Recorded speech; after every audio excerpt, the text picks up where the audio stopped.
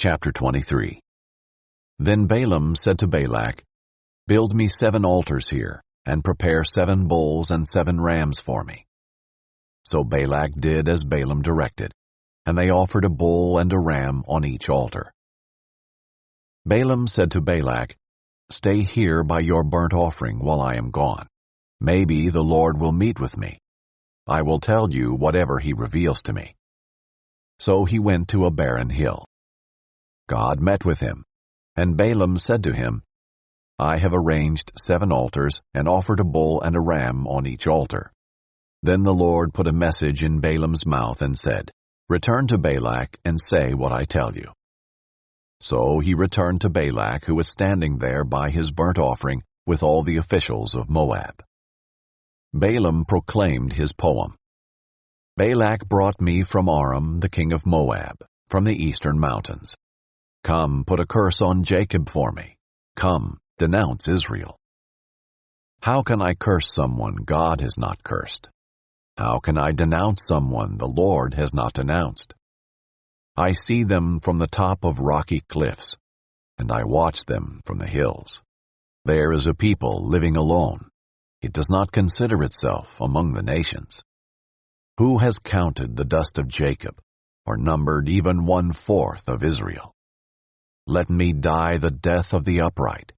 Let the end of my life be like theirs. What have you done to me? Balak asked Balaam. I brought you to curse my enemies, but look, you have only blessed them. He answered, Shouldn't I say exactly what the Lord puts in my mouth? Then Balak said to him, Please come with me to another place where you can see them. You will only see the outskirts of their camp. You won't see all of them. From there put a curse on them for me. So Balak took him to Lookout Field on top of Pisgah, built 7 altars and offered a bull and a ram on each altar. Balaam said to Balak, Stay here by your burnt offering while I seek the Lord over there. The Lord met with Balaam and put a message in his mouth. Then he said, Return to Balak and say what I tell you. So he returned to Balak, who was standing there by his burnt offering with the officials of Moab. Balak asked him, What did the Lord say? Balaam proclaimed his poem. Balak, get up and listen. Son of Zippor, pay attention to what I say.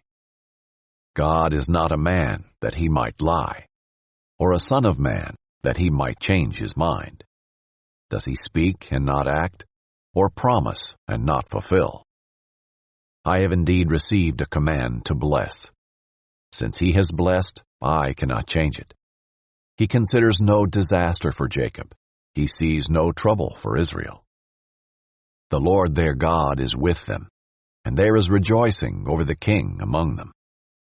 God brought them out of Egypt. He is like the horns of a wild ox for them. There is no magic curse against Jacob, and no divination against Israel. It will now be said about Jacob and Israel, What great things God has done. A people rise up like a lioness. They rouse themselves like a lion. They will not lie down until they devour the prey and drink the blood of the slain. Then Balak told Balaam, Don't curse them and don't bless them. But Balaam answered him, Didn't I tell you, whatever the Lord says, I must do? Again Balak said to Balaam, Please come. I will take you to another place. Maybe it will be agreeable to God that you can put a curse on them for me there. So Balak took Balaam to the top of Peor, which overlooks the wasteland. Balaam told Balak, Build me 7 altars here, and prepare 7 bulls and 7 rams for me.